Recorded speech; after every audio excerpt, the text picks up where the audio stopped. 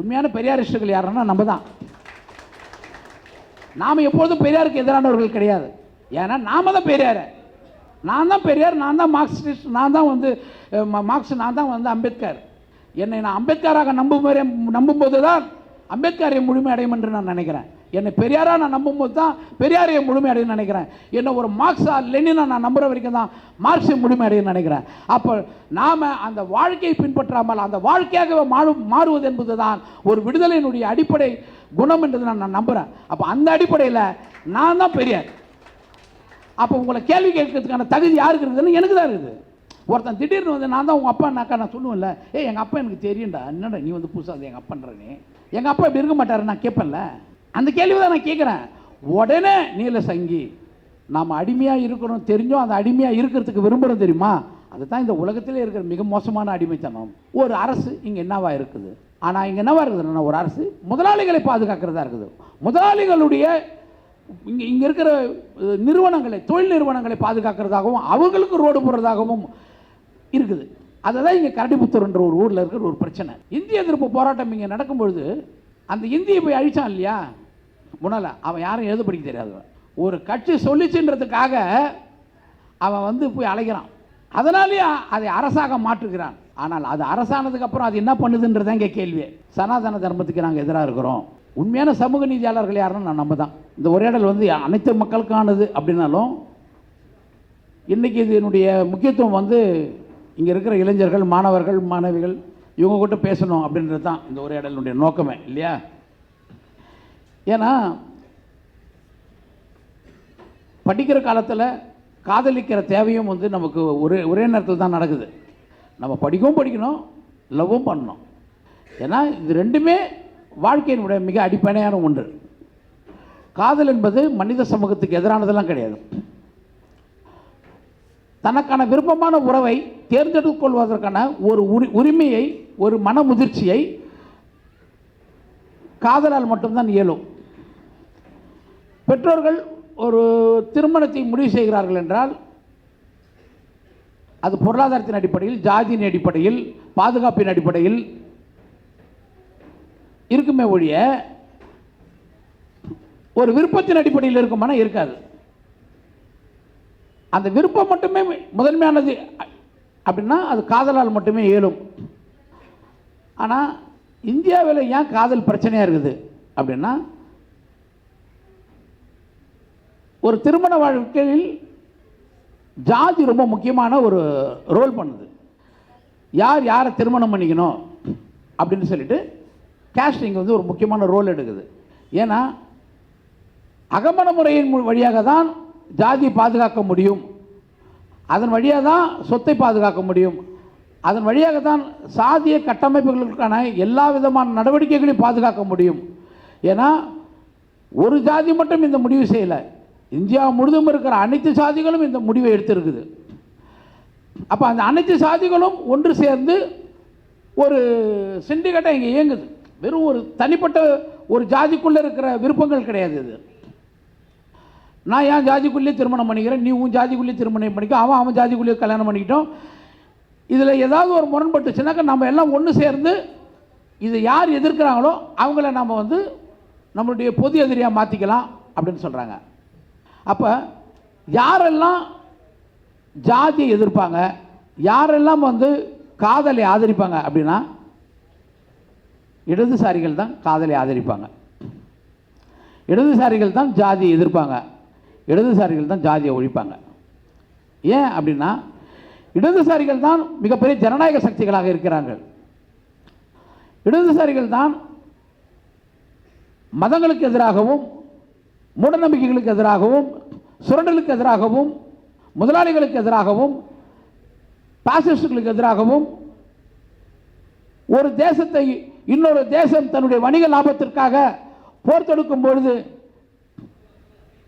ஒரு மிகப்பெரிய மனித உரிமை மீறல்கள் நிகழும் பொழுது இடதுசாரிகள் தான் தங்களுடைய எதிர்ப்பை கடுமையாக சமரசம் இல்லாமல் காட்டுகிறார்கள். அப்போ இடதுசாரிகள் தான் ஒரு நாட்டினுடைய மிகப்பெரிய ஒரு ஜனநாயக தலைமையாக இருக்கிறது என்பதை நம்புகின்ற பல பேரில் நானும் ஒருத்தன். ஏன்னா கம்யூனிஸ்ட் மட்டும்தான் நமக்கான பொருளாதாரத்தை பற்றி சிந்திக்கும், சுயமரியாதையை பற்றி சிந்திக்கும், நமக்கான மக்கள் அரசை பற்றி சிந்திக்கும். மற்றவர்கள் எல்லாம் முதலாளிகளை பாதுகாக்கின்ற ஒரு அரசாக இருக்கிறது, முதலாளிகளை பாதுகாக்கின்ற ஒரு சமூக அமைப்பாக இருக்கிறது. ஏன் நம்ம முதலாளிகளை எதிர்க்கணும்? நாம் ஏன் ஜாதி எதிர்க்கணும்? நாம் ஏன் ஒரு ஜனநாயக அரசை அமைக்கணும் அப்படின்றது யாருடைய மிகப்பெரிய கடமையாக இருக்குது அப்படின்னா, இந்த நாட்டினுடைய நெக்ஸ்ட் ஜென்ரேஷனான மாணவர்களுக்கு இல்லை, இளைஞர்கள், பெண்களுக்கு இருக்குது.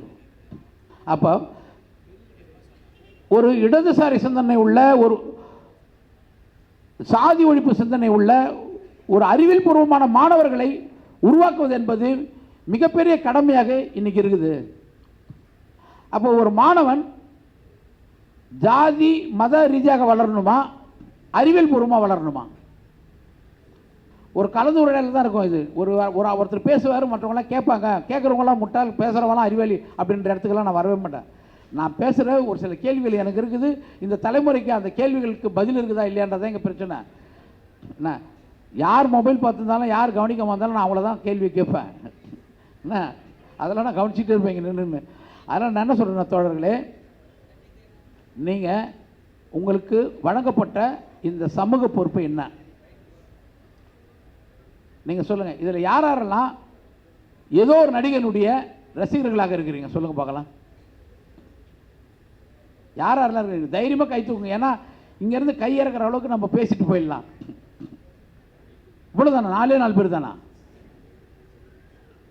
நான் என்ன நினைக்கிறேன்னா, இந்த 4 பேர் மட்டும் இல்லை, மீதி எல்லாருமே அப்படி நினைக்கிறேன் நான். அப்படியா? சரி. சமீபத்தில் நான் ஒரு ஒரு மீட்டிங்க்கு போயிருந்தேன். அங்கே வெறும் எல்லாமே மாணவிகள். அவர்கிட்ட பேசிகிட்டே இருந்தேன். அப்போ பேசின போது 2 நடிகர்களுடைய பேரை சொன்னேன். பேரை சொல்லி இதில் எந்த நடிகர்கள் யார் யார் ரசிகர்கள் அப்படின்னு சொன்னோன்னே ஒருத்தர் ஒரு நடிகரை பற்றி சொன்னாங்க. அது ஒரு தனி குரூப்பாக பிரிஞ்சுது. இன்னொரு நடிகர் பேர் சொன்னாங்க. அவங்க இன்னொரு குரூப்பாக பிரிஞ்சாங்க. நான் இவங்களை கேட்டேன், நீங்கள் இந்த நடிகரை உனக்கு ஏமா பிடிக்கும் அப்படின்னு நான் கேட்டால் அவங்க சொன்னாங்க, சார் செம்மையாக ஃபைட் பண்ணுவார் சார் அவர் அப்படின்னு சொன்னார். இன்னொரு நடிகருக்கான மாணவிகளை ரசிகர்களை கேட்கும்போது செம்மையாக டான்ஸ் ஆடுவார் சார் அப்படின்னா. இப்போ நான் என்ன சொன்னேன், இந்த ஃபைட்டு இந்த டான்ஸ் எல்லாம் அவங்களே ஆடுவாங்களா, அவங்களே ஃபைட் பண்ணுவாங்களா, இல்லை யாரோ மாஸ்டர்ஸை சொல்லி தருவாங்களா? இல்லை மாஸ்டர்ஸ் யாருன்னா சொல்லி தருவாங்க. அப்போது அவர் ஆடலை, அதானே உண்மை அப்படின்னு கேட்டேன். சார் அப்படிலாம் அந்த இடத்துக்கெல்லாம் போகாதீங்க அப்படின்னாங்க. ஏன் போகாதீங்க அப்படின்னா, அப்போ அவங்க சொந்தமாக ஆடலை, வேறு யாரோ ஒருத்தர் இவங்களுக்கு அந்த பயிற்சியை தரார். அப்போது இந்த பயிற்சி என்பது வழியாக தான் இவங்க உங்ககிட்ட சேர்றாரு ஒழிய அவருடைய இயல்புலேயே அப்படி ஒரு நடனம் ஆடுற திறமையோ அப்படி சண்டை போடுற திறமையோ அவர்கிட்ட இல்லை. அப்போ இது எல்லாமே ஒரு விதமான நடிப்பு தானே. இந்த நடிப்பை நம்ம எப்படி நம்புகிறோம் நீங்கள் சொல்லுங்கள் அப்படின்னு சொன்னேன். இப்போ நான் உங்களுக்கு இன்னொரு உதாரணம் சொல்கிறேன் அப்படின்னு சொல்லிட்டு அவங்கக்கிட்ட கேட்டேன். டெய்லி ஒருத்தன் விதவிதமான மண்பாண்டங்களில் செய்த சிலைகளெல்லாம் எடுத்து விற்றுன்னு இருக்கிறான். அந்த சிலைகளை வாங்குறாங்களோ இல்லையோ, ஆனால் அந்த தெருவில் இருக்கிறவங்களாம் அந்த சிலையை கொண்டு வரவனை ரசிப்பாங்க. ஏன்னா அவன் வச்சுட்டு இருக்கிற எல்லா சிலைகளும் அவ்வளோ அற்புதமானது. ஒரு கட்டத்தில் என்ன ஆயிடுச்சுன்னா, அவன் அந்த தெருவுக்கு வரதுனாலே ஒரு குறிப்பிட்ட கூட்டம் அவனுக்கு சூழ்ந்து நின்றுக்கிட்டு அவனை ரசிக்கிறது, அவனுடைய சிலைகளை ரசிக்கிறது, அவங்ககிட்ட பேசுறது, இதெல்லாமே ஆகி ஒரு பெரிய ரசிகர் கூட்டமே அவனுக்கு உருவாகுது. ஒரு நாள் அவனை கேட்குறாங்க, இதெல்லாம் நீங்கள் எப்படி செய்கிறீங்க, எப்படி சிந்திக்கிறீங்க, இந்த மாதிரியான இவ்வளோ அற்புதமான சிலைகளெல்லாம் செஞ்சுருக்கிறீங்களா அப்படின்னா, நான் எதுவுமே செய்கிறதில்ல, அங்கேருந்து தலையில் தூக்கின்னு வரேன், இது தூக்கின்னு வரதுக்கு எனக்கு கூலி கொடுக்குறாங்க, அவ்வளோதான். நீங்கள் என்ன நினச்சிருக்கிறீங்க, நான் தான் எல்லாம் செய்கிறேன்னு சொல்லிட்டு என்ன நீங்கள் ரசிக்கிறீங்க நீங்கள் எல்லாரும் அப்படின்றீங்க. அப்போ இதெல்லாம் யார் செய்கிறாங்கன்னா, அது ஒரு இடத்துல ஒரு கிராமத்தில் ஒரு பெரிய கூட்டம் அதை செஞ்சுன்னு இருக்குது அப்படின்னு சொல்கிறாங்க. அப்படியா? அப்போ இவங்களுக்கு என்ன ஆயிடுச்சுன்னா, இவன் மேலே இருக்கிற அந்த விருப்பம் போயிடுச்சு. அப்போ அந்த மாதிரி தானே இந்த நடிகர்கள், அவங்கக்கிட்ட எதுவுமே இல்லை, ஆனால் நீங்கள் ரசிக்கிறீன்றீங்களே, அது ஒரு பொய்யான தோற்றம் தானே அப்படின்னு கேட்டோடனே ஒரு மாணவி எழுதி என்கிட்ட சொல்கிறாங்க, சார் இதுக்கு மேலே பேசுகிறது நீங்கள் நிறுத்துங்க. ஏன்னா நீங்கள் பேச பேச அந்த நடிகர் மேலே இருக்கிற விருப்பம் எங்களுக்கு பொய்னே இருக்குது. நாங்கள் அந்த நடிகர்ன்ற ரசிப்பு தன்மையிலேருந்து நாங்கள் விலகி போயிடுவோம் போல இருக்குது. அதனால் எதுவாக இருந்தாலும் பரவாயில்ல, அவருக்கு டான்ஸ் ஆட தெரியலாலும் பரவாயில்ல, அவருக்கு ஃபைட் பண்ண தெரியலாலும் பரவாயில்ல, எங்களுடைய விருப்பம் அவருடைய ரசிகையாக இருக்கிறது தான் அப்படின்னு சொன்னாங்க. அப்போ தான் நான் சொன்னேன், இந்த உலகத்திலே மிகப்பெரிய அடிமைத்தனம் எதுனா, நாம் அடிமையாக இருக்கணும் தெரிஞ்சோம் அந்த அடிமையாக இருக்கிறதுக்கு விரும்புகிறோம் தெரியுமா, அதுதான் இந்த உலகத்திலே இருக்கிற மிக மோசமான அடிமைத்தனம். ஏன்னா ஒரு அடிமை நம்மளால் ஈஸியாக நம்ம வெளியே கொண்டு வந்துட முடியும். ஆனால் நான் அடிமையாக இருக்கிறதுக்கு நான் விரும்புகிறேன்ற நம்ம இருக்குது இல்லையா, அதுதான் இந்தியாவில் இருக்கிற சாதி நிலையாக தான், அரசியல் நிலையாக தான். ஒரு அரசியல் கட்சி நமக்கு எதுக்கு தேவைப்படுது? ஒரு அரசியல் கட்சி நமக்கு எதுக்கு தேவைப்படுது? அந்த மக்களுடைய வளங்களை பாதுகாப்பதற்கும், அந்த மக்களுடைய உரிமைகளை பாதுகாப்பதற்கும், அந்த மக்களுடைய தேவைகளை அனைத்தையும் ஒரு ஜனநாயக அடிப்படையில் பூர்த்தி செய்வதற்கு தான் ஒரு அரசு. ஆனால் ஒரு அரசு இங்கே என்னவா இருக்குது? ஆனால் இங்கே என்னவா இருக்குதுன்னா, ஒரு அரசு முதலாளிகளை பாதுகாக்கிறதா இருக்குது. முதலாளிகளுடைய இங்கே இருக்கிற நிறுவனங்களை, தொழில் நிறுவனங்களை பாதுகாக்கிறதாகவும் அவங்களுக்கு ரோடு போடுறதாகவும் இருக்குது. அதுதான் இங்கே கரடிபுத்தூர்ன்ற ஒரு ஊரில் இருக்கிற ஒரு பிரச்சனை. இதை ஏன் இப்போ உங்ககிட்ட பகிர்ந்துக்கிறேன்னா, அந்த கரடிபுத்தூர் விஷயத்தை நீங்கள் தெரிஞ்சுக்கணுன்றதுக்காகலாம் நான் பகிர்ந்துக்கல. இந்த பிரச்சனைகளை கையில் எடுத்தவங்களாம் அங்கே யாரானாக்கா இடதுசாரி சிந்தனை உள்ளவங்க, தலித் அமைப்புகளை சேர்ந்தவங்க தான். ஆனால் அங்கே இருக்கிற எந்த இளைஞர்களும் இந்த பிரச்சனையை கையில் எடுக்கலை. நான் கேட்டேன், இங்கே படித்த இளைஞர்கள் இல்லையா, மாணவ மாணவிகள் இல்லையா, இவங்க இந்த பிரச்சனையை கையில் எடுக்கலை, இது உங்கள் கிராமத்து பிரச்சனை தானே அப்படின்னு நாங்கள் கேட்டோம். கேட்டபோது அவங்க என்ன பண்ணாங்கன்னாக்கா, நாங்கள் ஒவ்வொரு மாணவர்கள்ட்டையும் பேசும்போது அவங்க வரல. ஆனால் வந்தவங்களாம் என்ன, பெண்கள். எனக்கு ஒரு ஆச்சரியம் இருந்தது, கிராமத்தில் உள்ள மொத்த பெண்களை வந்து நிற்கிறாங்க. எனக்கு இது எதை தோணுச்சுன்னாக்கா, இந்திய எதிர்ப்பு போராட்டம் இங்கே நடக்கும்பொழுது அந்த இந்தியை போய் அழிச்சான் இல்லையா முன்னால், அவன் யாரும் எழுத படிக்க தெரியாதவன். ஒரு கட்சி சொல்லிச்சுன்றதுக்காக அவன் வந்து போய் அழைக்கிறான். அதனாலேயே அதை அரசாக மாற்றுகிறான். ஆனால் அது அரசானதுக்கு அப்புறம் அது என்ன பண்ணுதுன்றதான் இங்கே கேள்வி. இப்போது ஒரு கட்சி நம்மக்கிட்ட வந்து அரசியல் பேசுது. அந்த அரசியல் ஒரு ஜனநாயகத்தன்மை வாய்ந்ததாக இருக்கிறது.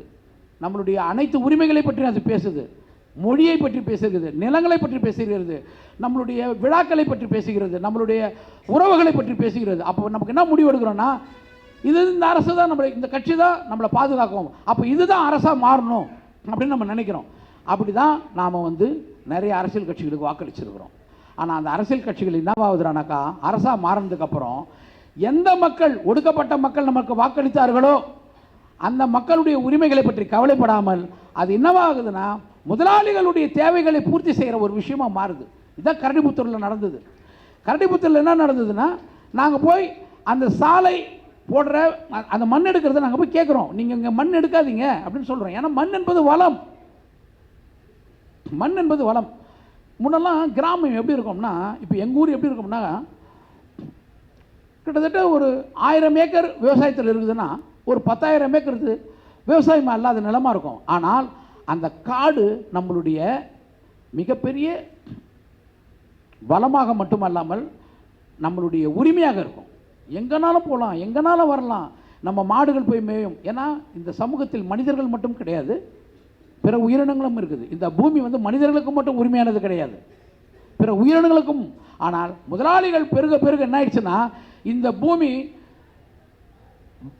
மனிதர்களுக்கு மட்டும் இல்லைன்ற நம்ம சொல்கிறல, அது அனைத்து மனிதர்களுக்கும் கிடையாது, முதலாளிகளுக்கு மட்டும்தான். முதலாளிகளை தவிர இந்த பூமி யாருக்கும் சொந்தம் இல்லைன்னு முடிவெடுத்துதான். அதனால தான் அவன் மலையை உடைக்கிறான், மண் எடுக்கிறான், எல்லாத்துலேயும் கை வைக்கிறான், கடலுக்குள்ளே போகிறான், எல்லாத்துக்குள்ளேயும் போகிறாங்க. அவன் என்ன நினைக்கிறான், அவனுடைய பொருளாதார வளர்ச்சி மட்டும் தான் யோசிக்கிறான், மற்ற எதை பற்றியும் யோசிக்கல. சமீபத்தில் எங்கள் ஏரியாவில் இருக்கிற ஒரு தனியார் துறைமுகத்தை பற்றி நான் ஒருத்தர்கிட்ட பேசிருக்கும் போது, அந்த நிறுவனத்தில் வேலை செய்கிற ஒருத்தர் என்கிட்ட பேசினார், தோழர் இதெல்லாம் நீங்கள் எதுக்கு எதிர்த்துனுக்கிறீங்க, இப்போ வரப்போகிறது இல்லை தோழர், உங்கள் ஜென்ரேஷனில் அது நடக்காது, அது வரத்துக்கு இன்னும் ஒரு 70-80 வருடம் ஆகிடும் தோழர், இது பூரணமான ஒரு நிறுவனமாக இது மாறுறதுக்கு அப்படின்னு சொன்னார். அப்போ நான் சொன்னேன், ஒரு 70-80 வருடங்களுக்கு அப்புறம் அது வருவதற்கு ஏன்டா இப்போ ஆரம்பிச்சுருக்கிறீங்க இந்த வேலைகள்னா, இதனுடைய பிளானே அப்படி தான் தோழர், நீங்கள் தான் எழுதி வச்சிங்க அப்படின்னு அவர் சொன்னார். அப்போல்லாம் நீங்களும் இருக்க மாட்டீங்க, நானும் இருக்க மாட்டீங்கண்ணா. அப்போ நான் சொன்னேன், நானும் நீ இல்லாமல் இருக்கிறத பற்றி பிரச்சனை இல்லைடா, அந்த முதலாளியும் இருக்க மாட்டானாடா, முதலாளியும் இருக்க மாட்டான், அவன் பையனும் இருக்க மாட்டான், அவன் பேரனும் இருக்க மாட்டான். 4வது ஜெனரேஷன் ஒரு தொழிலை வந்து ஆள்றதுக்கு இப்போ இவையான போராடின்னு இருக்கிறான். இதுக்கிடையில் என்ன நடக்குதுன்னா, கிராமங்கள் சூறையாடப்படுது, அந்த கிராமத்தில் இருக்கிற விவசாய மக்கள் அங்கிருந்து நிலங்களிலிருந்து வெளியேற்றப்படுகிறார்கள். அந்த மக்கள் வந்து பராரிகளாக வெவ்வேறு ஊர்களில் அகதிகளாக போய் சுற்றி தெரிஞ்சு இருக்கிறான். அங்கே இருக்கிற விலங்குகள் போயிடுச்சு, மரங்களை வெட்டி எடுத்தாச்சு, எல்லாத்தையும் சூறையாடிட்டு அதுக்கப்புறம் ஒரு நிறுவனம் வந்து ஒரு தொழில் இங்கே உருவாகும் அப்படின்னா, அதுவும் 40-50 வருடங்களுக்கு அப்புறம் அது உருவாகும் அப்படின்னாக்கா, அதனுடைய இலக்கு தான் என்ன, அதனுடைய தேவை தான் என்ன? இந்த பூமி மனிதர்கள் வாழ்வதற்கானதா, இல்லை வெறும் தொழில் நிறுவனங்கள் மட்டுமே இருப்பதற்கு தகுதியானதா? மனிதர்கள் வாழறதுக்கு தான் தேவையாக இருக்குது. அப்போ மனிதர்கள் வாழ்வதற்கு தேவை வந்து மனித உறவுகள் ரொம்ப முக்கியமானதாக இருக்குது. மனித உறவுகள் எப்பொழுதும் எப்படி இருக்குதுன்னா ஜனநாயகத்தன்மையோடு இருக்குது. அப்போ ஜனநாயகத்தன்மையோட ஒரு மனித உறவுகள் வேணும்னாக்கா அப்போ நம்ம என்ன பண்ணணும்? அந்த ஜனநாயகத்தன்மைகளை பாதுகாக்கின்ற ஒரு அரசை தேர்ந்தெடுக்கணும். அப்படி ஒரு அரசு தான் மார்க்சிய. இப்போ திரும்ப நாங்கள் கேள்வி கேட்குறோம், எங்கள் அந்த கரடிபுத்தூரில் அந்த மண்ணல்றவனுக்கு பார்த்து கேட்குறோம்.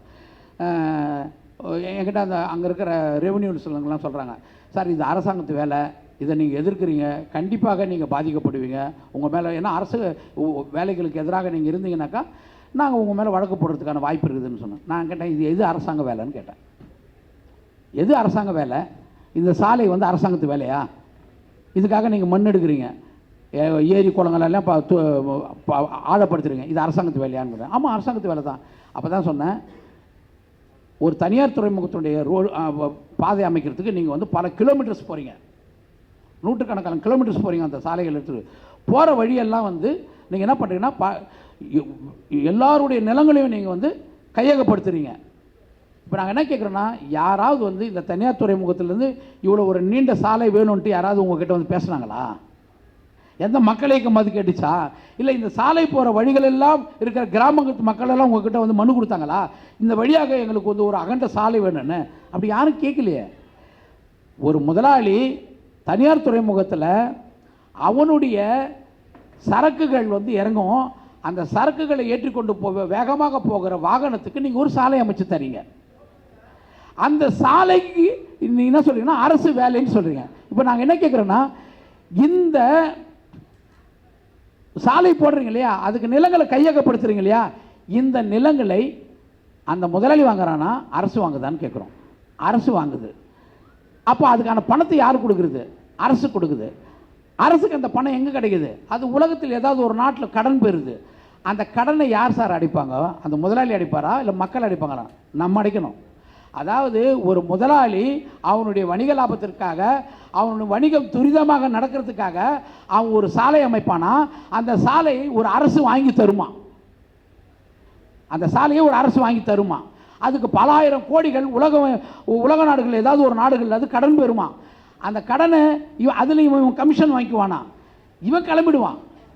அடுத்து இன்னொரு ஆட்சி வரும், அவன் திரும்ப இன்னொரு மாதிரி சோறுபடுவோம். இப்போ என்னன்னா, நம் வரி பணத்தில் இந்த லோனை நம்ம அடைக்க வேண்டியதாக இருக்குது, வாங்கின கடனை நம்ம அடைக்க வேண்டியதாக இருக்குது. அப்போ இந்த அரசு என்னவா இருக்குது? முதலாளிகளை பாதுகாக்கிற அரசாக இருக்குது. ஆனால் அந்த மக்கள் என்ன கேட்குறாங்கன்னா, எனக்கு ஒரு வீட்டு மனை வேணும்னு கேட்குறாரு. எனக்கு ஒரு வீட்டு மனை வேணும்னு கேட்குறாங்க.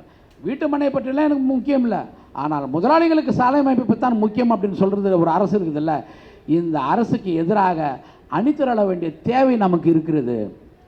அப்போ தான் என்ன பண்ணுறாங்கன்னா, ரெண்டு விதமான தோற்றங்களை அவங்க வச்சுருக்கிறாங்க. ஒன்று வந்து சனாதன தர்மத்துக்கு நாங்கள் எதிராக இருக்கிறோம், சமூக நீதி பேசுகிறோம், இப்படியெல்லாம் அவங்க பேசுகிறாங்க நம்மக்கிட்ட. நாம் என்ன பண்ணுறோன்னா, இவங்க பேசுகிற உண்மையான சமூக நீதியாளர்கள் யாருன்னா நம்ம தான். உண்மையான பெரியாரிஸ்டுகள் யாருன்னா நம்ம தான். நாம் எப்பொழுதும் பெரியாருக்கு எதிரானவர்கள் கிடையாது. ஏன்னா நாம தான் பெரியார். நான் தான் பெரியார், நான் தான் மார்க்சிஸ்ட், நான் தான் வந்து மார்க்ஸ், நான் தான் வந்து அம்பேத்கர். என்னை நான் அம்பேத்கராக நம்பும்போது தான் அம்பேத்கரை முழுமை அடையும் என்று நான் நினைக்கிறேன். என்னை பெரியாராக நான் நம்பும்போது தான் பெரியாரையை முழுமை அடையும் நினைக்கிறேன். என்னை ஒரு மார்க்ஸா லெனினா நான் நம்புகிற வரைக்கும் தான் மார்க்ஸை முழுமை அடையும் நினைக்கிறேன். அப்போ நாம் அந்த வாழ்க்கையை பின்பற்றாமல் அந்த வாழ்க்கையாகவே மாறுவது என்பது தான் ஒரு விடுதலையினுடைய அடிப்படை குணம் என்றது நான் நம்புகிறேன். அப்போ அந்த அடிப்படையில் நான் தான் பெரியார். அப்போ உங்களை கேள்வி கேட்கறதுக்கான தகுதி யாருக்கு இருக்குதுன்னு எனக்கு தான் இருக்குது. ஒருத்தன் திடீர்னு வந்து நான் தான் உங்கள் அப்பான்னாக்கா நான் சொல்லுவேன்ல, எங்கள் அப்பா எனக்கு தெரியும்டா, என்னடா நீ வந்து புதுசாக அது எங்கள் அப்பான்றனே, எங்கள் அப்பா இப்படி இருக்க மாட்டாரு நான் கேட்பேன்ல. அந்த கேள்வி தான் நான் கேட்குறேன். உடனே நீல சங்கி. அப்போ என்னன்னா, நம்ம கேட்குற கேள்வி என்னன்னா, இந்த சாலை யாருக்கானது?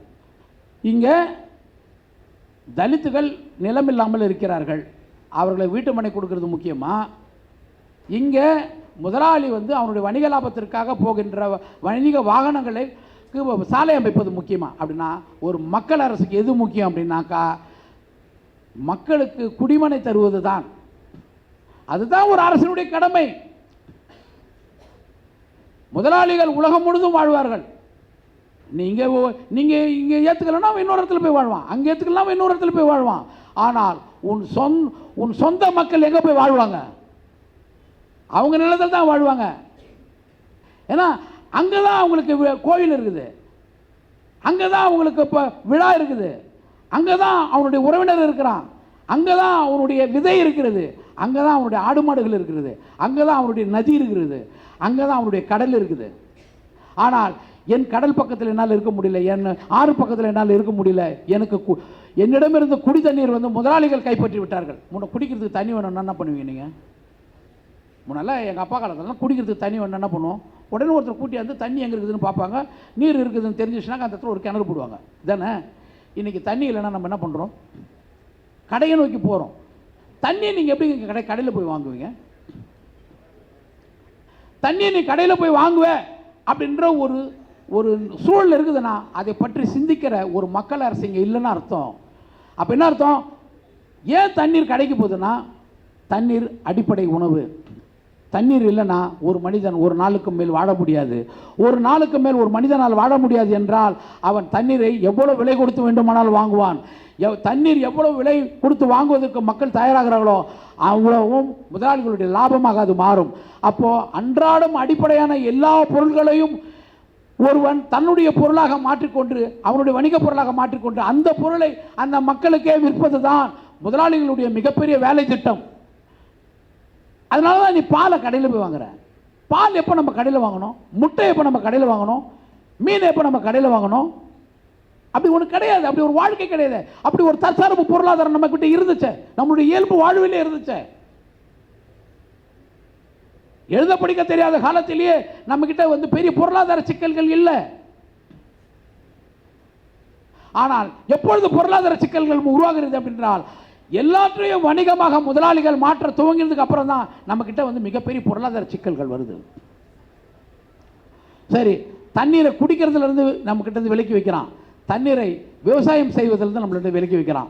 இவன் ஏன் ஏரியில் மண் எடுக்கிறான்னாக்கா, வெறும் பாதை போடுறதுக்காக மட்டும் மண் எடுக்கல, அதில் இரட்டை திட்டம் இருக்கிறது. ஏரிகளில் மண் எடுப்பதன் வழியாக குளங்களை மண் எடுப்பது. நம்மக்கிட்ட என்ன சொல்லணும், ஆழம் எடுக்கிறோன்றான். அப்படி கிடையாது. ஏரி என்பது ஒரு கட்டுமானம், நீர்த்தேக்கத்திற்கான ஒரு கட்டுமானம். அது அந்த நீர்த்தேக்கத்திற்கான கட்டுமானத்தை நீங்கள் வந்து பாதுகாக்கலைனாக்கா, நீங்கள் ஒரு தரிசு நிலத்தில் போய் மண் எடுக்கிறீங்களா, அது மாதிரிலாம் ஏரியில் மண் எடுக்க முடியாது. ஏன்னா ஒரு ஏரியில் தண்ணி என்பது குறைஞ்சபட்சம் 1 வருடம் வரையும் அது வந்து தேக்கி வச்சுக்கும், கீழே பூமி உரியாத அளவுக்கு அது பாதுகாத்து வச்சுக்கும். அதில் எவ்வளோ நாள் இந்த நீர் தேங்கி இருக்குதோ அந்த நீரை தான் நாம் என்ன பண்ண முடியும், விவசாயத்துக்கு பயன்படுத்த முடியும். விவசாயம் பண்ணால் தான் நம்மளால் வந்து அடுத்தடுத்த ஆண்டுகள் நம்மளால் வாழ முடியும், சேமிப்பு உருவாகும், ஓய்வு கிடைக்கும், அடுத்த கட்டத்திற்கு வாழ்க்கை பற்றி சிந்திப்பதற்கான ஒரு சூழல் உருவாகும். அப்போ என்ன பண்ணுறான்னா, முதல்ல விவசாயத்தை விட்டு அவனை வெளியேறான், அவன் போக மாட்டான். விவசாயத்துக்கு ஆதாரமான நீராதாரங்களை அழிச்சிட்டோம்னாக்கா நம்ம எளிமையாக அவன் விவசாயத்தை விட்டு வெளியே போயிடுவான். இப்போ என்னாச்சு, எங்கள் ஊரில் எல்லாரும் விவசாய நிலத்திலேருந்து வெளியேறி உதிரி தொழிலாளிகளாக மாறிட்டாங்க. அதாவது வந்து ஒரு விவசாயியாக தற்சார்பு பொருளாதாரமாக சுயமரியாதையோடு வாழ்ந்த ஒருவனை நீ என்ன பண்ணுறன்னா, நீராதாரங்களிலிருந்து அவனை விலக்கி வைப்பதன் வழியாக அவன் என்ன பண்ணிட்டான்னா அன்றாட கூலிகளாக மாறி அந்த ஊரில் தான் வெளியேறி போயிட்டான். இப்போ உதிரி தொழிலாளியாக மாறிட்டான். இப்போ என்ன ஆயிடுச்சுன்னா, அவனுக்கு வந்து குறைந்த கூலியில் வேலையாட்கள் கிடைக்க ஆரம்பிச்சிட்டாங்க. இப்போ நிலங்களெல்லாம் இண்டஸ்ட்ரியலிஸ்டாக மாறிச்சு. இப்போ அதில் போய் வேலை செய்கிறதுக்கான தொழிலாளிகளாக இவன் மாறிட்டான். இப்போ என்ன, முதலாளி முடிவு பண்ணுறான், உனக்கு எவ்வளோ கூலி நான் கொடுக்கணும், ஒரு தொழிலாளிகள் எப்படி இருக்கணும். இன்றைக்கி என்ன பண்ண தெரியுங்களா, தொழிலாளிகளுடைய உரிமைகளை விட முதலாளிகளுடைய தொழிற்சாலைகளுக்கான உரிமைகள் வந்து மிக மோசமாக இருக்கிறது.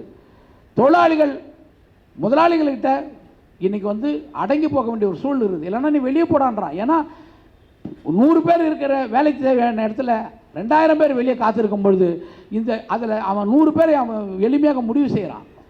அப்போ தான் தொழிற்சங்க சட்டங்கள் வந்து ரொம்ப முக்கியமாக இங்கே தேவைப்படுது. தொழிற்சங்க சட்டங்களை பற்றி இங்கே மிகவும் கவலைப்படுகின்ற அமைப்பு எதிரானாக்கா இங்கே இருக்கிற எந்த அரசியல் கட்சி அமைப்பும் கிடையாது. ஏன்னா இங்கே இருக்கிற மற்ற அரசியல் கட்சிகளுடைய தேர்தல் அரசியல் கட்சி அமைப்புகளுடைய தொழிற்சங்கங்கள் என்னவா இருக்கிறானாக்கா அவர்களிடம் வந்து சந்தா வாங்கிக்கின்னு அதன் மூலமாக வந்து தன்னை பலப்படுத்திக்கிறது. அங்கே ஒரு ஒரு ஒரு அந்த முதலாளிகளுக்கும் தொழிலாளிகளுக்குமான ஒரு சமரசத்தை ஏற்படுத்தி அதில் வந்து லஞ்சம் வாங்குற நபர்களாக தான் இருக்கான். ஆனால் அப்போ தான் இடதுசாரிகளுடைய தேவை இங்கே முக்கியமானதாக இருக்கிறது.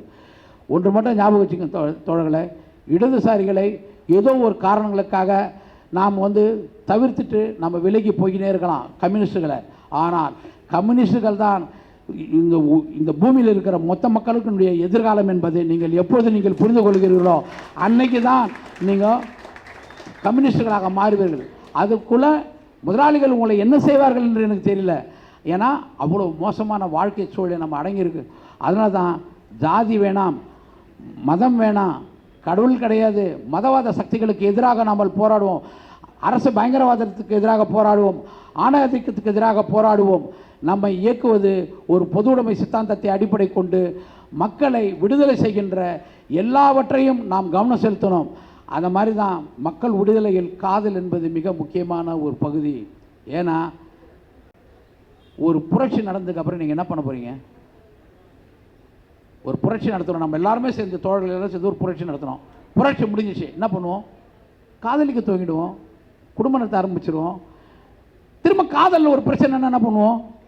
இந்த பொண்ணு அவன் கல்யாணம் பண்ணக்கூடாது, அந்த பொண்ணு இந்த பொண்ணு கல்யாணம் பண்ணக்கூடாது, புரட்சி செய்ய ஆரம்பிச்சிடும். அப்போ காதலிக்கிறதே புரட்சி செய்கிறதுக்கு தான், புரட்சியே வந்து காதல் செய்கிறதுக்கு தான். அப்படின்னா நீங்கள் சுதந்திரமாக காதல் செய்ய வேண்டும் என்றால் ஜாதித்தை எதிர்த்து ஆகணும். சுதந்திரமாக நீங்கள் காதல் செய்ய வேண்டும் என்றால் மதத்தை நீங்கள் எதிர்த்து ஆகணும். சுதந்திரமாக நீங்கள் காதல் செய்ய வேண்டும் என்றால் நீங்கள் எல்லோருமே கம்யூனிஸ்டுகள் ஆக வேண்டும் என்று கூறிக்கொண்டு வாய்ப்புக்கு நன்றி.